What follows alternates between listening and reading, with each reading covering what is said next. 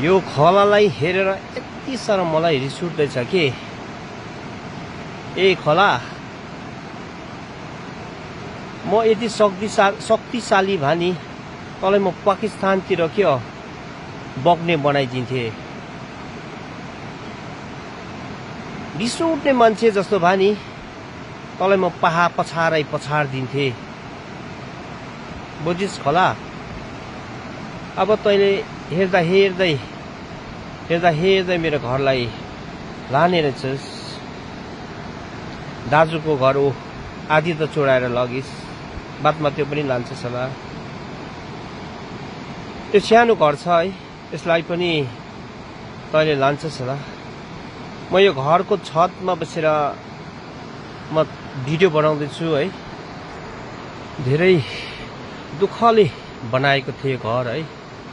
अब हेर्दा तैँले लाने रहेछस् खोला।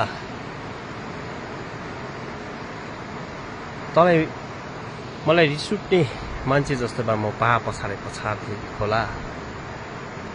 कति मेहनत कति पसिना बगाएर बनाएको थिएँ घर, धेरै पसिना बगाएर बनाएको थिएँ।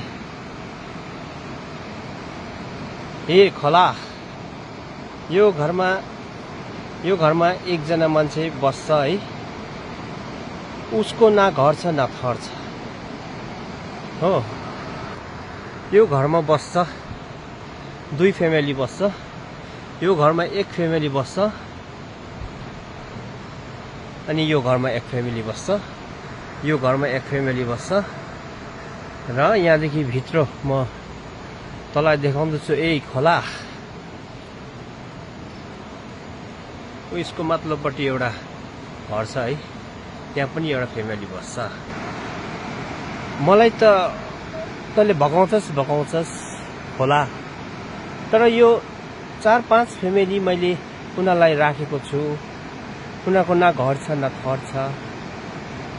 उनीहरू चाहिँ कहाँ गएर बस्छ होला, त्यो पनि तैँले सोचेनस् है खोला। तँलाई मान्छे जस्तो रिस उठ्दो मान्छे जस्तो भने नि पछाड्थे खोला। तर मलाई म यति नै खुसी मान्छु कि ए खोला, कस्तो सहर बजार तैँले बगाइस्।